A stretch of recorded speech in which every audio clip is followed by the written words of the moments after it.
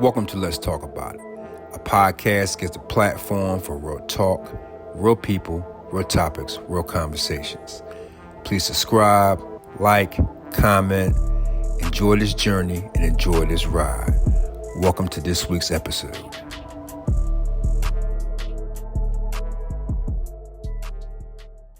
All right. Welcome to Let's Talk About It. This is a special episode. This is going to be a crossover episode because we're actually going to do it with my co-host on Wrastle Talk, which we're going to talk about today, the documentary of Mr. McMahon of Netflix that came out on Netflix, a 6-part documentary. We both watched it, 6 parts.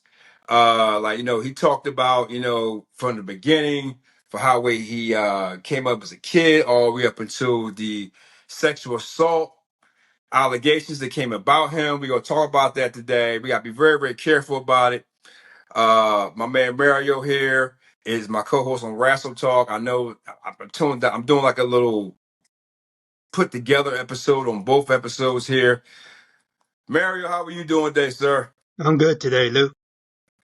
I know, we both watched the Mr. McMahon episode on Netflix, which was very controversial. He's going through a sexual assault case now that was paused for like federal. It went federal.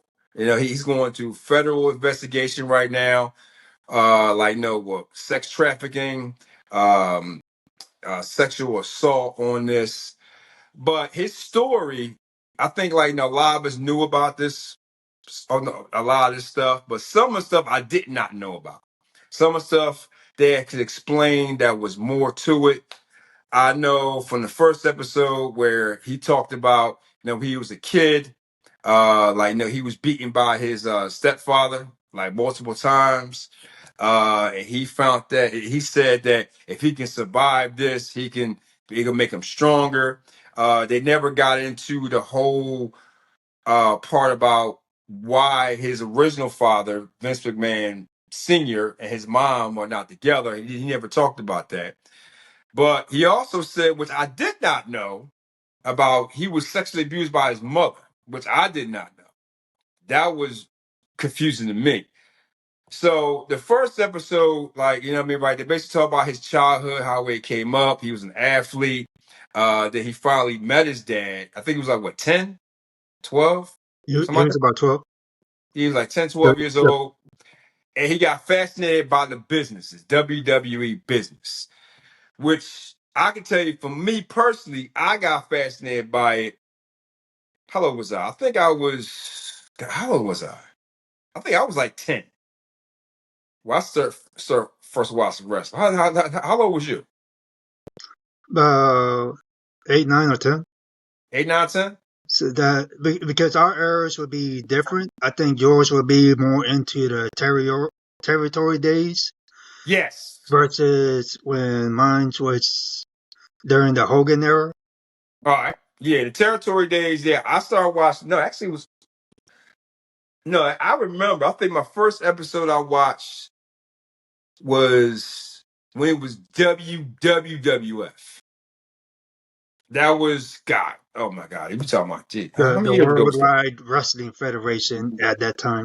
Yeah, I was like that. I was young as hell. I'm a little bit older than you. You know what I'm saying? But you know what I'm saying. Only my 10 years. Oh, whoa! Hold on now. You know what I'm saying, man? Come on now. I mean, damn. You up and hurt my feelings and shit. You look good. You look good for your age, man.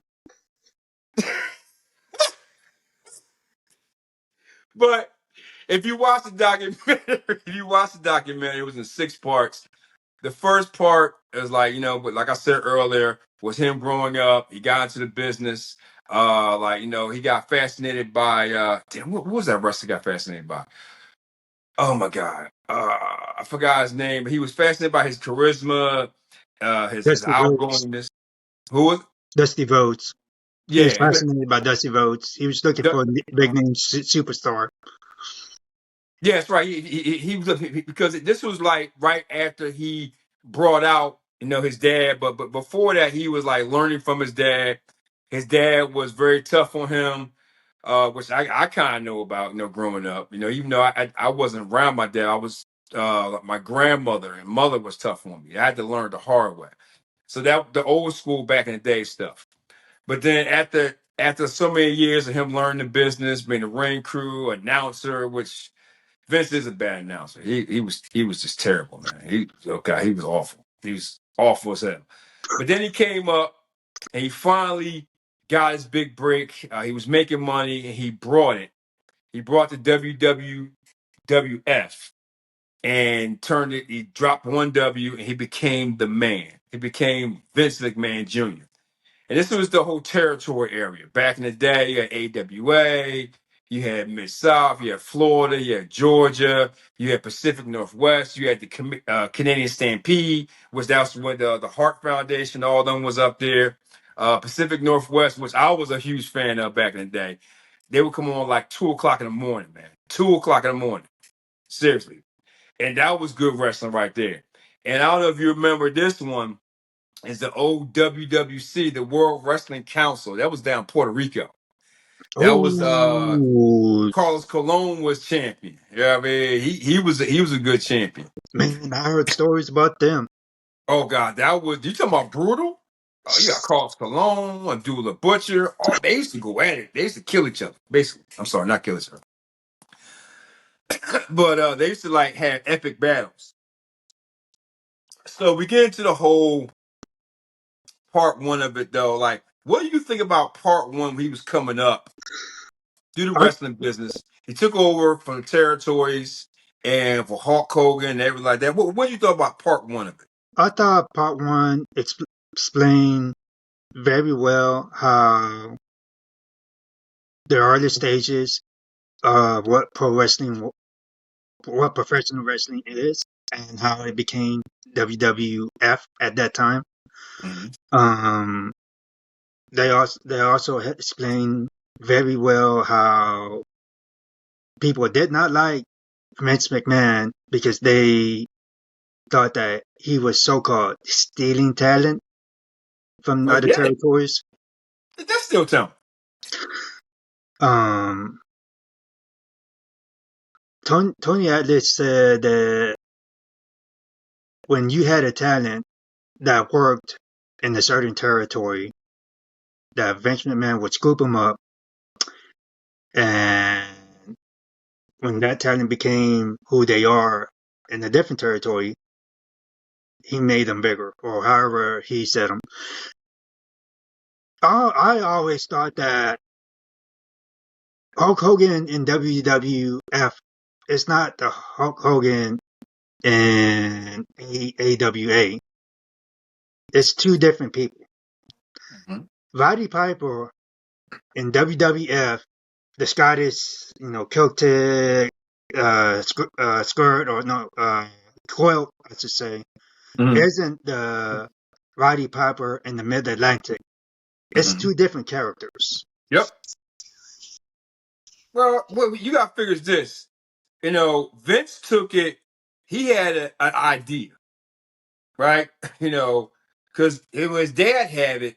He was like this fair guy with all the territorial stuff. Like, we will keep our stars. We stay out of your area. We stay out of your area. Vince had a bigger view of everything. That's when he went to cable TV, right? He went to cable TV. He wanted to expand his brand. So he started going out to LA and Minnesota and stuff like that. I mean, Minnesota, well, that was on AWA. That was Vern Gagne and all of them, guy like that. So when he started doing all that, I actually liked it. I liked him thinking out the box and not being so old school. He just wanted to brand it out. So I'm looking at this document. I'm looking at part one, which I probably knew like majority of it about, except the sexual abuse with his mom. I didn't know about that. That was just deep right there. But I looked at it. I was loving it. The AWA, the South, the Georgia, and stuff like that, because Georgia and Mid Atlantic was basically was it NWA? The NWA, North Wrestling Alliance. Yeah, because they oversaw Georgia, Florida, they kind of oversaw Mid South and all the rest of them guys. Cause that was like the whole Bill Watts era and stuff like that. Cause like because they don't have one world champion. And back then I think it was Harley Race. Yep. Like he was the guy right when I started watching. And then Ric Flair came up. But he wanted to make it bigger. He wanted to make it more entertainment. And like you said, Hulk Hogan, right? When he was in AWA, he was a heel. Mm-hmm. Like he Exactly. was that bad guy. So he was like, okay.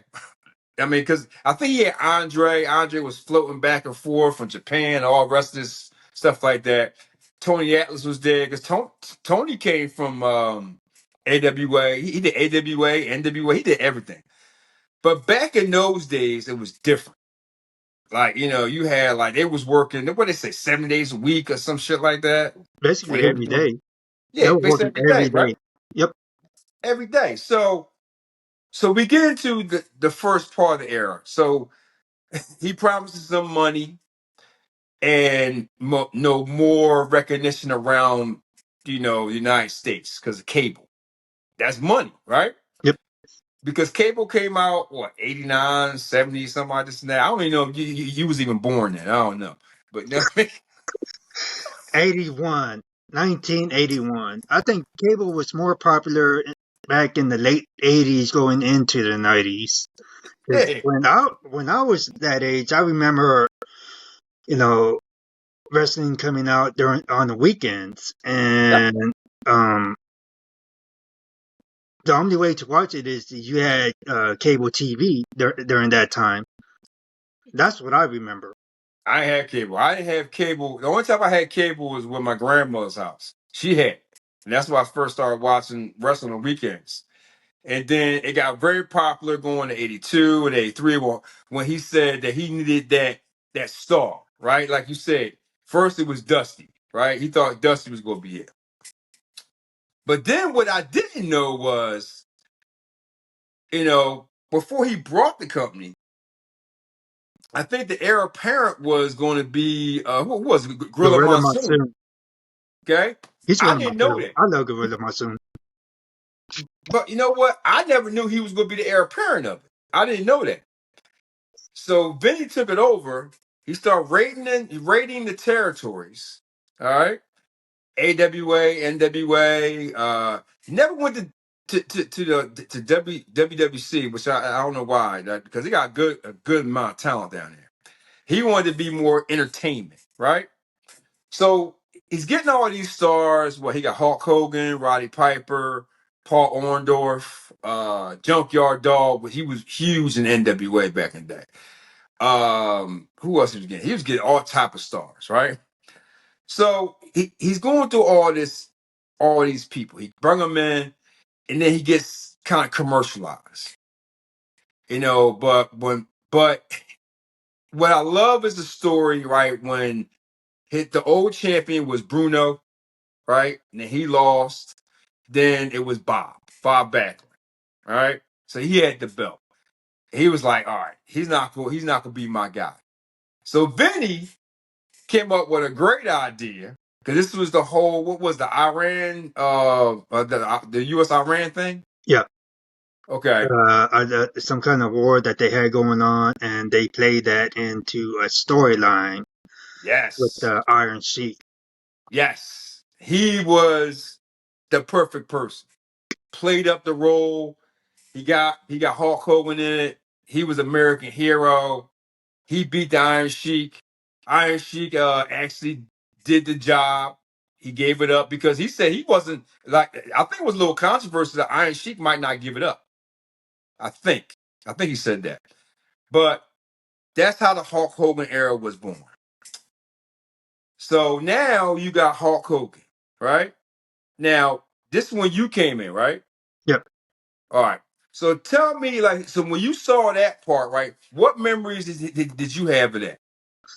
Early memories, and I must have been about 4 or 5 years old, just before my parents had got me started into watching WWF at that time. Yeah. Hogan was champion, and that was a different time, different era because everything was based off cable TV.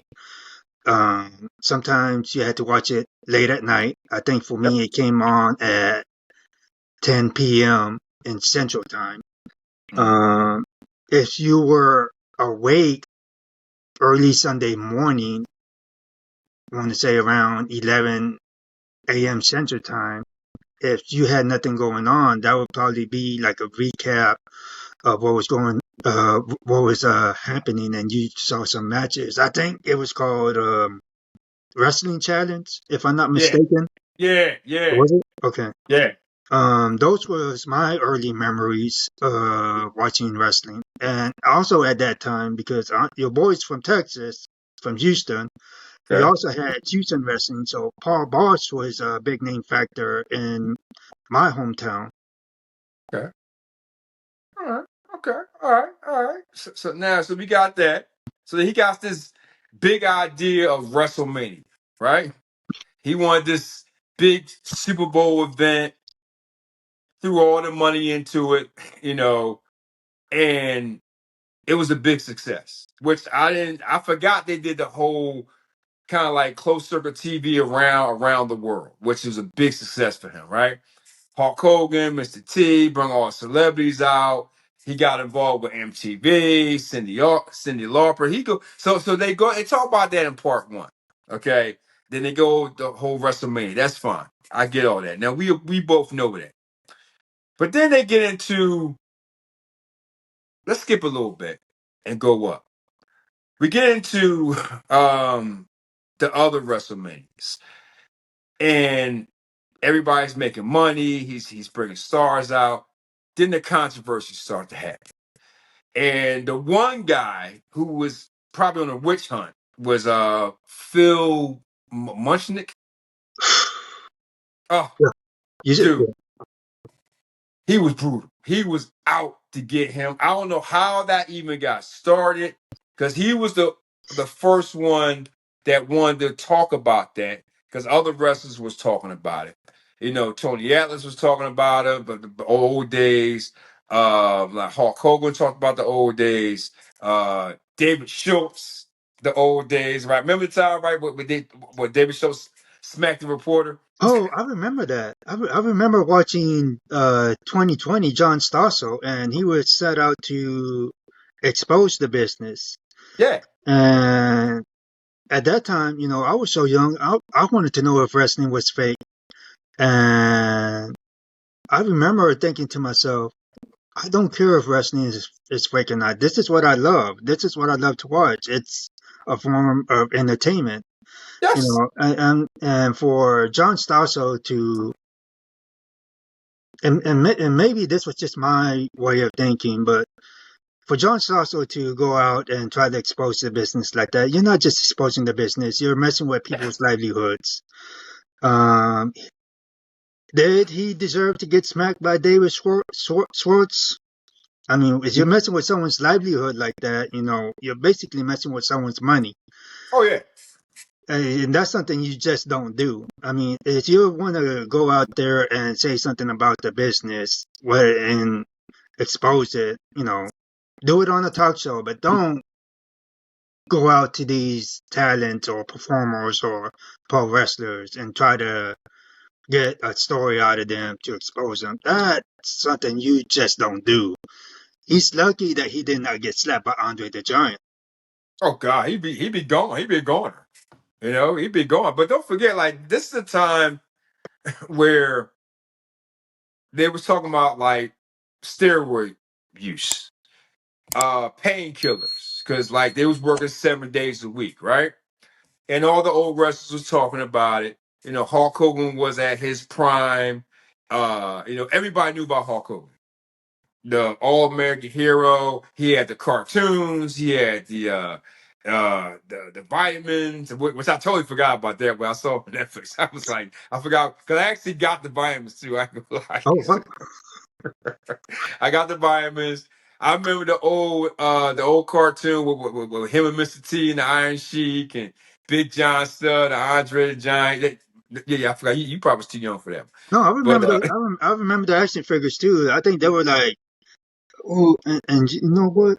If I ever run, because I'm a collectible myself, because I collect action figures myself, I still have some of the old action figures of Hogan, Andre the Giant, Greg the Hammer Valentine. I gotta find them. And they're not like the little ones. They're the big giant rubber ones. Okay. Those was the ones I had. So I remember those days very clearly. So there you go. So now we got Vince. He's taking it to a whole nother level. And other reporters like Paul Mushnick and other guys are trying to expose the business. And you can't do what they call kayfabe and nothing Yeah, like that. Like they keep bad guys are bad guys, good guys are good guys. They did everything to protect the business. That's what it's about. It's about protecting the business. Even when they was doing the interviews with like Hulk Hogan, with Tony Atlas, he was very critical. He talked about, but see, this is what I don't understand. I'm gonna talk about Tony Atlas for a second.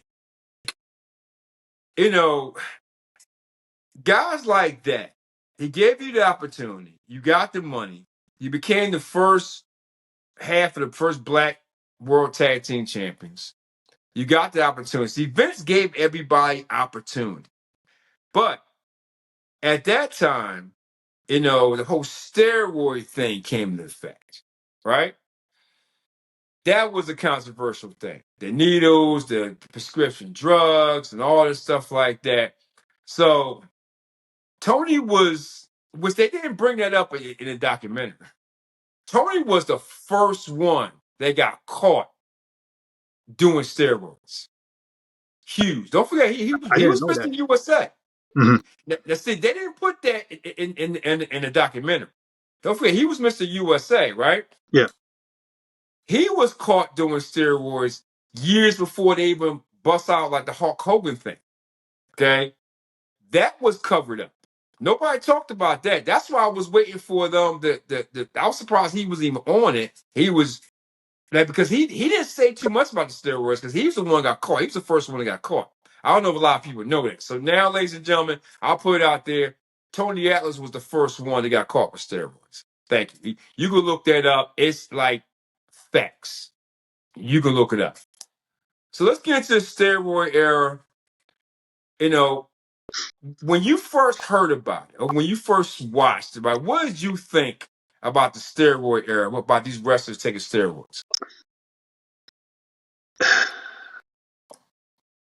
Well,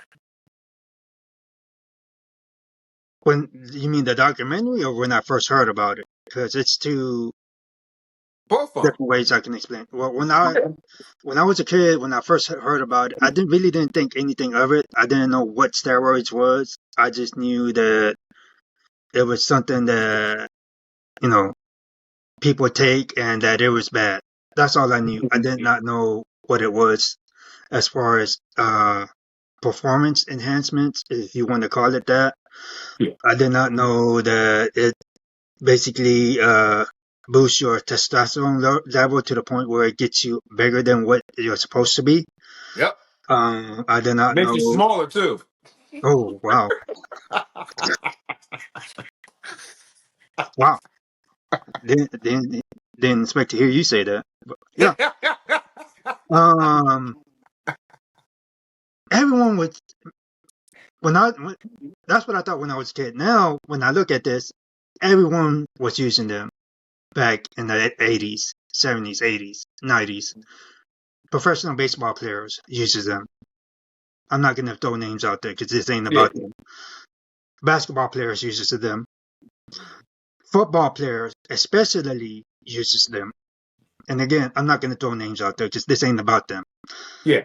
So you have all these athletes that uses them, but they want to go ahead. Netflix wants to go ahead and only talk about WWE because Yep. this is about Vince Mhm. and his scandals or whatever you want to call them. This is about his history and his company, which is WWE, WWF, whatever you like to prefer them as.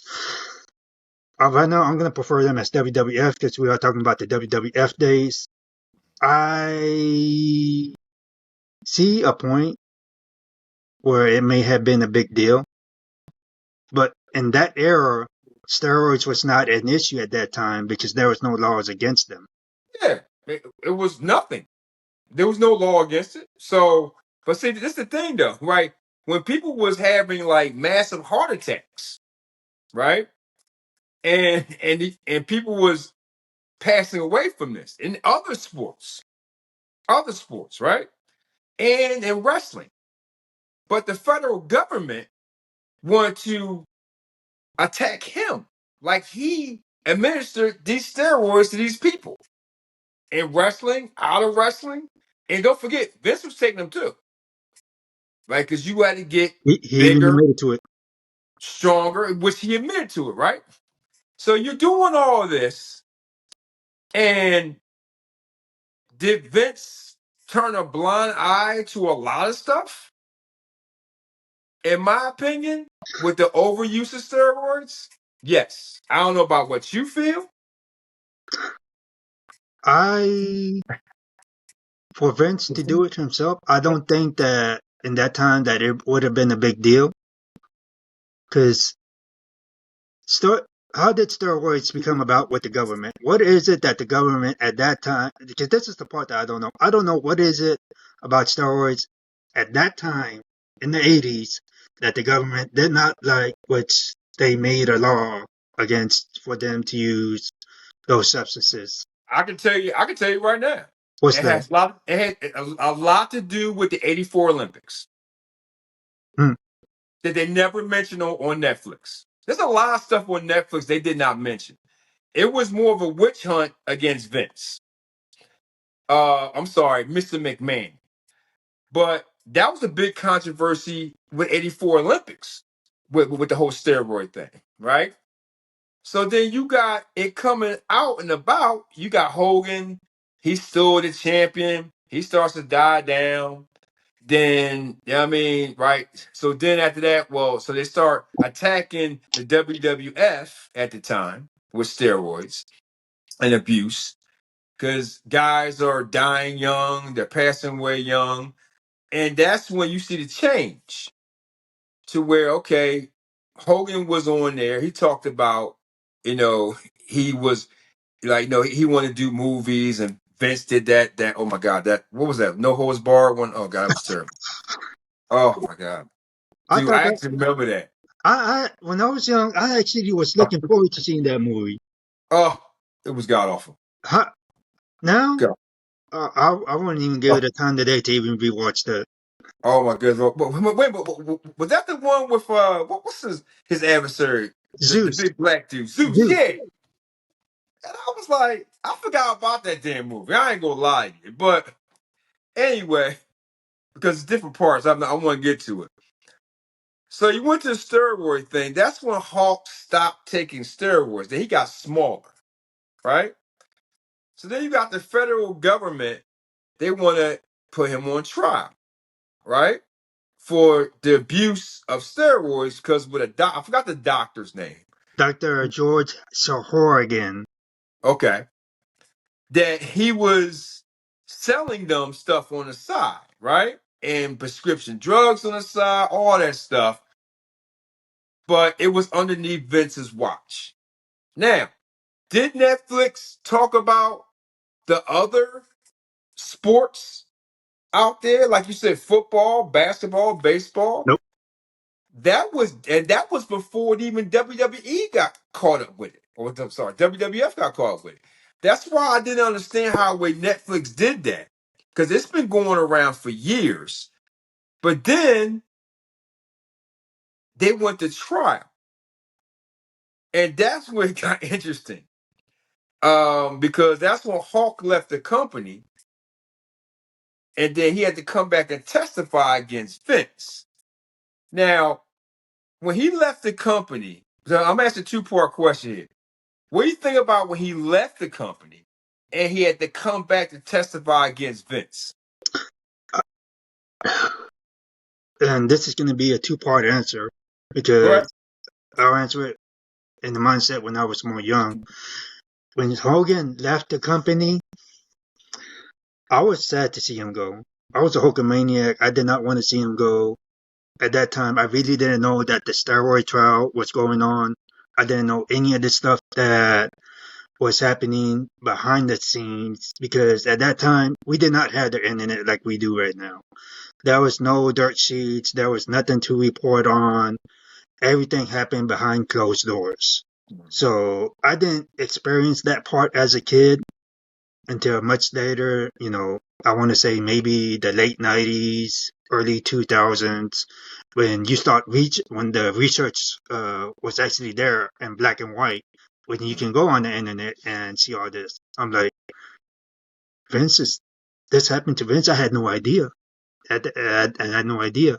And I'm like, well, if Vince was actually doing it, supplying if he was supplying these steroids to his talent, and then someone had bold proof that this was happening,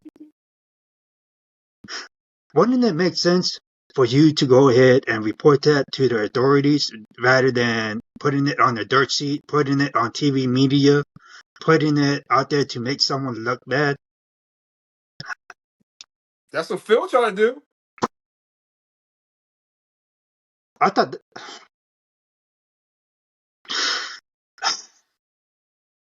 and we're going to get a lot about it to Phil Mushnick because this is one guy that totally gets under my skin, especially what he said about us fans, and we'll get into that a little bit later. But Phil Mushnick has been on a solo, like you said, witch hunt to get Vince because he hates Vince, he hates professional wrestling, and he hates the fans. Yep, 100%, 100%. So you get into the whole trial. Did you see coming when when Hawk got on trial? Hawk did not give up Vince. No, He I did actually not see that coming. protected. I did not Okay, see that coming. okay. Now I knew about the trial. Now I'm going to tell you why. This is my opinion only. Okay. Everybody's talking about he didn't hang Vince out to dry. Okay. It wasn't about him hanging out Vince out to dry. It was about Hawk protecting the business. That's it. He protected the business. He didn't want this to get out to ruin the business and for him to make money, for everybody else to make money. Because you got to have this certain look and physique and also to keep your body in type in condition to take all that punishment and on falls and shit like that you're taking, right? That's the only reason why Hawk didn't sell him out. Everybody said because he's lower than Vince, and that was his brother, and he was like a father figure. Everybody said that shit. But them two never got along, though. That's what I'm saying. Like, okay, yeah, but see, but then but Hawk was also saying a lot of shit about, Vince shit did this, Vince shit did that. There will be no Hulk Hogan without Vince McMahon or That's Mr. true. McMahon. Okay, there will be no Hulk Hogan. Okay, so that's over with. So then we get into the whole, TBS, TNT shit. Ted Turner, WCW, kicking WWF's ass at that time. Okay. Now, at that time, they got the ratings war and Vince had to do something big. So, and they was only getting kicked for like, what, 2 years, I think it was? They was losing the 83 ratings. weeks, about 2 years. Yeah, Plus like 2 years. 2 years. Yeah. Okay. So what do you think about when he came up? Or I'm sorry, it actually wasn't him. It was more the wrestlers like Triple H and Shawn Michaels with the Attitude Era. What do you think about that? The Attitude Era, Yeah. I thought it was a change that WWE wanted to happen. I know that during that time, I was 1997 was probably the hype year in professional wrestling, where WWF versus WCW, the Monday Night Wars. I Yeah. remember flipping through channels. Jeez, me and my brother were used to fight over who's gonna watch what, because we had one TV and we had to flip flop 2 channels. So when a commercial came on for WWE, um, they we flipped the channel, and then I didn't want to see WCW. I didn't care about the WCW. I'm not a big WCW fan. Some Okay. of the talent was cool, but I was more of a WWF guy. I wanted to see what was on WWF. Okay. It was more edgier. It was more teen adult like content. Mm-hmm. WCW was more based on, I guess, real life scenarios, if you want to call it that. Mm-hmm. There wasn't so much hype on storylines. No, WWF was. dumb storylines. But what about? I guess they were alluding to. They try to set because there's two different people. There's Vince McMahon and there's Mr. McMahon. So now you got the creation of Mr. McMahon. Started off with the Montreal screw job. Where Brett wasn't going to do business, as they say. And so he became Mr. McMahon. So at this time, and also there was an allegation. The first allegation was about sexual abuse with female talent. That was the same time this is happening. Okay. So do you think, in your opinion, that when he became this character, that he was really living that character outside of the wrestling world? Because he was starting to become the badass guy. He was being a bad guy. Because this was a time where he was going through affairs. He had a sex addiction problem. All this. This is all the same time as a Montreal screw job and the ratings, which a lot of stuff Netflix did not talk about. They did not talk about his sex addiction problem. And they kind of alluded to it because that's why I'm asking. Like, what do you think about that part right there? I think that the Vince McMahon and the Mr. McMahon are two different people. Yeah. You got the businessman, Vince McMahon. Mhm. He cares about his business and will do anything to protect it. And then you got the character, Mr. McMahon, that, and what's the correct word I'm looking for? He's not a gigolo. Maybe, what's that word? Like a male sex addict or whatever. Yeah, I know what you're talking about, but go ahead. I got you. All right. So you got that part, the asshole part. Yeah. Now, somewhat similar because the business, Vince McMahon, is very ruthless, especially when it comes to handling his business. Yeah. But this character, Mr. McMahon, is ruthless towards people. That's the difference. Okay. Well, you talking about business, right?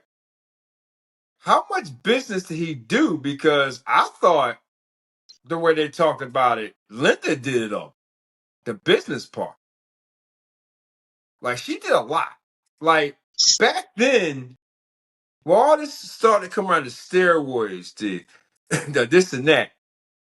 Like, what do you think Linda was doing at this time? Because she's like the ace in the hole. She's the car. She knows everything. Linda was handling all the stuff that Vince may not have been probably more. There's a weak side and then there's a strong side. On the business part, numbers, paperwork, legal stuff. I think that Linda McMahon was handling more of that end Yeah. versus to where Vince was probably handling more the talent, the shows, the Yeah. money part. Okay. Got it. All right. So now you're going through all that. Now this time you got, but I'm wondering, right? Because nobody, and I'll probably get into it also later on too. But nobody asked Linda hardly anything when they was interviewing her. Like, 'cause she saw all this shit. She saw it all. And it's the same time you bring the kids up, you let the kids learn, then you get into the attitude era.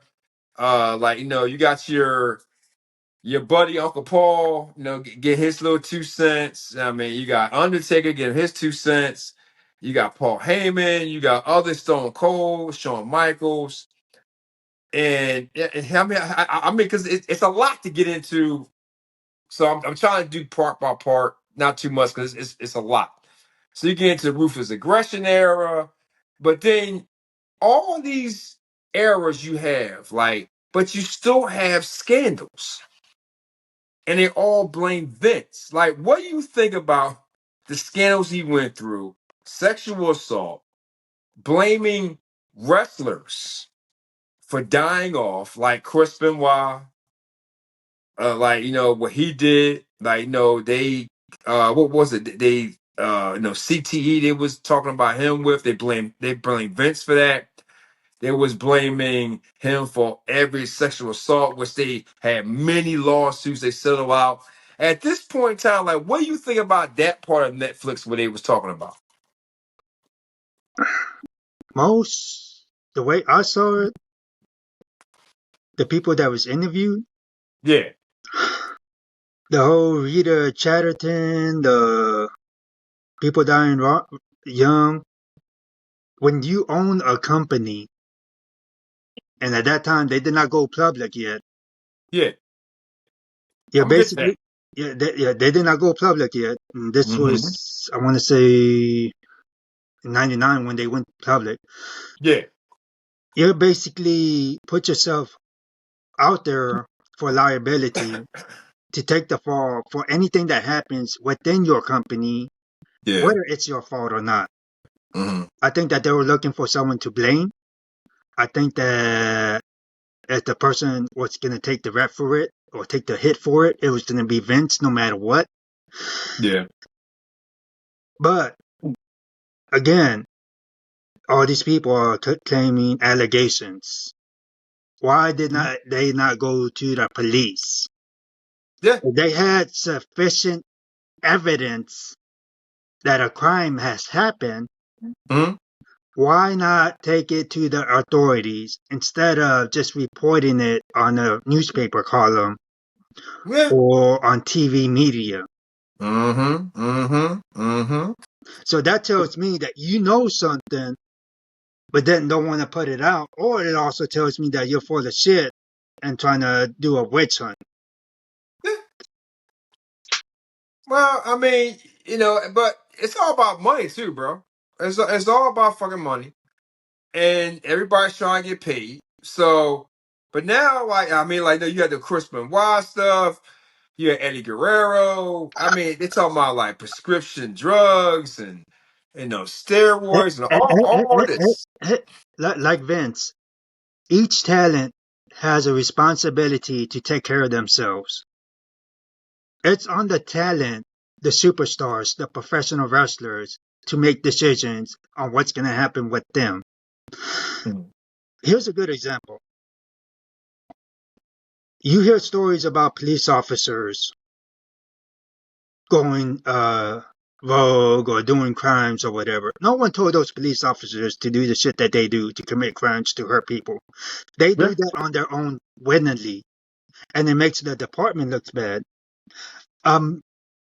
Singer or musician, regardless of how popular they are, and Hmm. whether they have affairs or sleeps with other women, that is their own decision to do that. No Yep. one forced them to do that. Again, with these talents, they make the decision because Yep. they chose to do it. No one forced it on them. Do you think Vinny knew? He just turned a blind eye. He's like, all right, I see him doing it, but I'm not gonna say nothing. I think he did to some extent. I do. I think so. I think he did to some extent, but you also have the businessman. He can't be everywhere at one time. So if he turned a blind eye, it's because he's handling business somewhere else. Well, business is booming because, like you said, he went public. He did something that no one ever done. He made it about business. And he said the whole thing from the beginning is not personal, it's just business. He's doing what's right for business. He made it public. More money came out of it. He developed new stars. He had, I don't know, some failed businesses. I forgot about the whole cafe thing he had in New York. I Cafe, forgot. the XFL, Oh, the oh, that was XFL was horrible. that was just, but this is what I'm saying. Like, he always wanted to keep going. He wanted to make it better. Okay. So now we get into the part where they got more lawsuits. Every lawsuit. And Phil Mushnick, he is still going at it. Still going at it. Still going at it. When people watch this documentary, I mean, because like we could talk about this shit for days. Overall, do you think this was a witch hunt to discredit Mr. McMahon or Vince McMahon or whatever, or discredit either Vince McMahon or Mr. McMahon? Because two different people. Do you think they was discrediting either one of those or both? I don't think that they're discrediting the Mr. McMahon character because that's going to be part of WWE no matter what. Yeah. There is no WWE without Mr. McMahon. Do I think that Netflix is trying to separate themselves from Vince McMahon, the businessman? Yeah. Yep. And so is TKO. After you spend $9 billion of it, I mean, well, before they even brought it, the one allegation came out. I forgot who it was. Another female. And then he resigned, then came back because that's when Stephanie was running the company. She was CFO, chief financial officer or whatever she was. She was running it. Then she left. See, there's still a lot of questions about this thing with Stephanie and Shane. Like, how much did Stephanie and Shane know? How much did Paul know? I I Triple H. I I don't think, and this is what surprises me because I always thought that Shane may have knew something, but until watching this documentary, I don't think Shane knew anything that was going on because I knew that they Hmm. had a fallout, him and Yeah. Vince. I did not know what the fallout was, and this goes back to what Bruce Pritchard says. No one really knows anything. Hope said it himself. To really understand what had happened, you had to live it. No Yeah. one's going to get the full story. I did not know that the fallout between Vince and Shane was because of UFC. That And, was devastating. basically told his son that he would have to kill his dad, him, Mm-hmm. to buy that company. Oh God, dude. And Can Paul you Heyman went imagine? into specific details. So you know that piece of information was very true. So I don't think that really Shane had really knew what was going on so much behind the scenes. I don't know why Stephanie left, came back, then left again. No one really knows. And she's still not involved now. I don't know. You see I on do know she still owns stocks. That I do. I found that out. She still owns stocks. She owns a good portion of it. She still owns stocks. she can probably live off that stock the rest of her life. Oh God, yeah. But see, the only thing about it was, think about if Vince would listen to Shane and they brought UFC earlier. Now I don't know if it would have worked out. I can tell you right now it wouldn't. It's two different businesses. Two different businesses. Vince McMahon says he is in the entertainment business. Does not like the word professional wrestling. Okay. UFC is Ultimate Fighting. Two completely different concepts. It would not have worked because you cannot put their WWE concept onto UFC. You had to market it different. It's a different atmosphere. It's a different environment. Stephanie, if this is my opinion, I think Stephanie knows everything. I do. I think she knows everything. I think Vince protects little Stephanie. I know when Vince came back and she stepped down, I don't know what happened on that one, but he came back to sell the business. Okay, he came back to sell the business, and he made a whopping for everybody. Everybody got paid. Okay, Vince got billions. I don't. Steph probably got some change. Paul ain't get none because he's not really part of it. I don't care what anybody say. I think Shane got some money. But let me ask you a question here. What do you think about Linda McMahon? Out of all this that's happened, from the sexual abuse, the assault case, the federal charges, she's been there all through all this. And still married to this dude. There are multiple affairs, the Playboy interview, all this stuff. To the sexual assault with the girl, they was paying the girl to be an assistant. They're having parties with this girl, using toys as sexual favors, all this stuff. Now Linda knows all this stuff. What do you think Linda's feeling? Or why is she even stay? I think the one person that can probably put this everything into perspective for all of us to understand is Linda McMahon. Like you said, they did not ask her enough questions, or they did not ask her the correct questions. Mm. And even if they did, Linda would not be dumb enough to even put herself in a jeopardy where she's going to lose money. Because, like you said, they are still married. There is a reason why she is still married to him. They cannot, financially, I don't think they can afford the divorce as rich as they are. Because it wouldn't just be hurting themselves, it would be hurting the business and anyone who surrounds that business. So I think legally they have to stay married. That does not mean that they're together because they're separated. Vince Well, is, don't forget, Vince sold his shares, but Linda didn't. Linda has more to lose. Yeah, she got shares in that in the whole WWE. She got shares in it.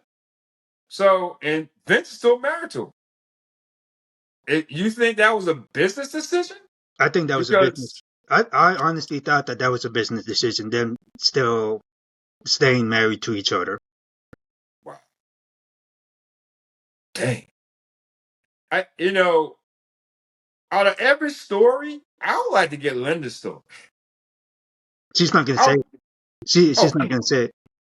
She oh won't. God, oh my God. She's not going to put the truth out there. Do you know how good that story would be? I mean, how good that story would be? That would be amazing. Think about that shit. She knows everything. Everything from the in and outs, every lawsuit, because they settled so many damn lawsuits. I can't even anyway. Now TKO owns the majority of it now. They're having great revenue here. And they stopped the interview in 2022. And Vince said on his little X or Twitter account, Netflix did it wrong. Bruce Pritchard said it was a witch hunt. Paul Heyman said the best. I don't know if you remember what Paul said. But I think I wrote it down because my wife told me to write this down, Oh God, and she wanted me to say it on or on this show. go ahead. What exactly? If You there is talking one about Vince thing that McMahon? Vince McMahon loves more than anything in the world, it is his business. Mm-hmm. He will live and die for his business.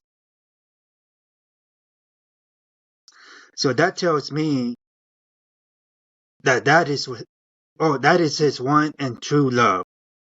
Oh yeah, the That business what is is, him. and again, Paul Heyman is probably the most accurate person on that show. Oh God, yes, 100%. But don't forget what Paul also said. you know, Paul said himself that he thought everybody think that kind of the same way you said, but he said another way too that Vince. What do you say? Like Vince is he doesn't own WWE. WWE owns Vince. And that's funny because when he said those words, it's like a part of my soul felt those words. It's Yeah, like Vince is under a spell yeah. with that. 24 hours a day. That man lived that business. Yeah, I mean, you So, hear. I mean, I heard stories about how this man never sleeps, about how he works 24/7, and I didn't until I heard Heyman said those words. I did not realize until then how much Vince McMahon had worked to build this business. yes. Sir, I'm gonna wrap this up. But I'm gonna give you the last word. I'm gonna say my last word. I know it's a lot to talk about with that, man. All 6 episodes. That's a lot. You know, it is just so much meat on the bone that we can discuss. Oh God, I know it is. I mean, we can add a little bit with Wrastle Talk if we want to. I just wanted to get too much into this because it's still going on, and I would like to do this again after everything's done. I can tell you this. This is my personal opinion. I give you the last word, and you can take as long as you want your last word. My personal opinion is, and I've said this before, even on our Wrastle Talk. If Vince did the sexual assault and sexual abuse against this young lady, which is pretty heinous, with had other executives which they did not name, he deserves to be locked up. He deserves it. That is my opinion. Sexual assault is a crime. It's fucked up. It's not right. Now, I'm a Vince fan. I'm a Vince fan for what he built. Because the guys like Phil Mushnick, the reporters, former wrestlers today, TKO itself wouldn't be nothing, wouldn't have anything if it weren't for Vince McMahon. He built this business. He built this entertainment. I get upset. Well, not upset. I get kind of taken back by everybody saying WWE is more profitable now than ever. You wouldn't have that profit. You wouldn't have all these opportunities. You wouldn't have a lesser schedule if Vince did not have that creative mind out there. Now, there's Vince McMahon, the businessman that created WWE. Then there's Mr. McMahon, the character on that show, and who has a real sexual problem. He has a problem. He's addicted to sex. And that's where all the assault and abuse cases came from. He has an issue with that. There's two different people. I'm a Vince McMahon fan. I'm not a fan anymore, even after all these cases, of Mr. McMahon. I like the character he did in the attitude era. But he took that character. He did what Ric Flair did. He lived off his character. Because Ric Flair, which is Richard Flair, Rick doesn't know who he really is. He thinks he's Ric Flair. And that's what Vince did. I'm a fan of Vinnie Mac, the businessman. It's about business. That's what I'm a fan of. I will always support him. That business side. The McMahon character, I have no respect for. If these allegations are true, all these lawsuits that was dismissed is true, he deserves the way he gets. That's my final question.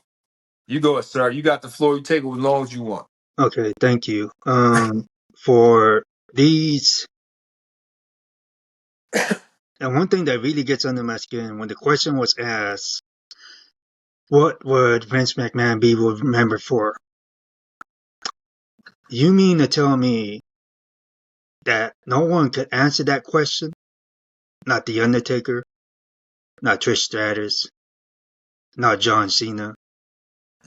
But the one person who did answer that was the one that I thought was a goofball, was way out there, was Tony Atlas. Mm. The greatest performer, the greatest promoter of all time. That's what Vince McMahon would be remembered for. Do I think all of this is true? Or what he did? I think there's a blur in the lines of what they said happened and what actually did happen. Do I think Vince McMahon is guilty?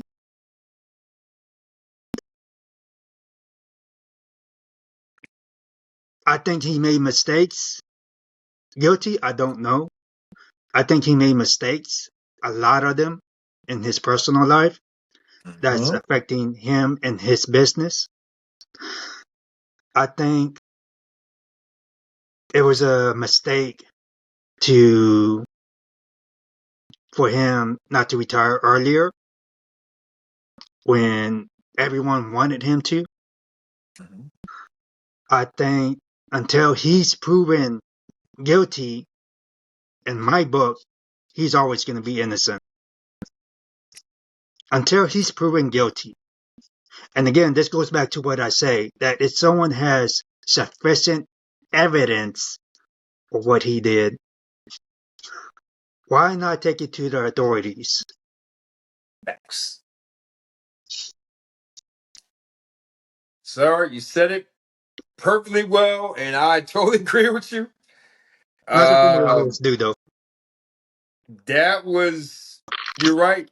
They didn't, but it's to the last word what his legacy is. That was crazy. There's a couple of other wrestlers I'm surprised who didn't come on. Because Jim he Ross helped was them. one of them. Huh? Jim Ross was one of them. I wish he would have came on. Oh my God. Oh God. Other than Leonard McMahon, the three people that he was always around with 24/7 was one, Pat Patterson. He's no longer here anymore. Yep. Bruce Pritchard left the company, came back because he got fired. That's a whole different story. Mm-hmm. And then Jim Ross. He got fired twice. So those are the ones that would tell you everything. Again, Pat Patterson's not around anymore. They Bruce, protected Pat, bro. They protected Pat. Bruce is loyal to Vince as well as she should be. Mm-hmm. No one decided, and this is the kicker. No one decided to contact JR. Netflix didn't decide to contact JR to get his input. What's up with that? Like I said, like Bruce Pritchard said, it's a witch hunt. I believe it's a witch hunt. I think the rest of that came on was very, very careful, and you were right. Tony was the only one. He was the only one. He was the most critical, but he was the only one that said something. And that was years ago. He worked for him. So, sir, that's just something. This is just a small part of this McMahon documentary. I know we can't get into all of it. I know you want to get more into it for it. I know you do. I know We'll you do. probably say that for Wrestle Talk. We'll we'll circle back around with this later on, but I just want to put something out here right now for everybody that we both watched it. Now I know you can't really tell everything. It was a real long documentary, but if anybody's a fan of WWE or that want to know more about this, please watch this documentary. It's on Netflix. It's called Mr. McMahon. I liked it. A lot was not told. I named a couple things that was not told. A couple things were cool. A couple things was not cool. But Go see for yourself. Give a like, subscribe, comment, get back to me, send me an email. Let's talk about it _71 at yahoo.com. Let me know your thoughts. I got a feeling Mario's favorite fan, S-Man's going to probably send an email. I guarantee. Sir, thank you for joining me on this ride right here, this little crossover between Let's Talk About it and Wrastle Talk. Ladies and gentlemen, we will see you next week and also next month on Wrastle Talk. Everybody have a good day. Peace. Thank you for watching the show. Please like, subscribe, comment. Stay tuned next week for another exciting episode on Let's Talk About it.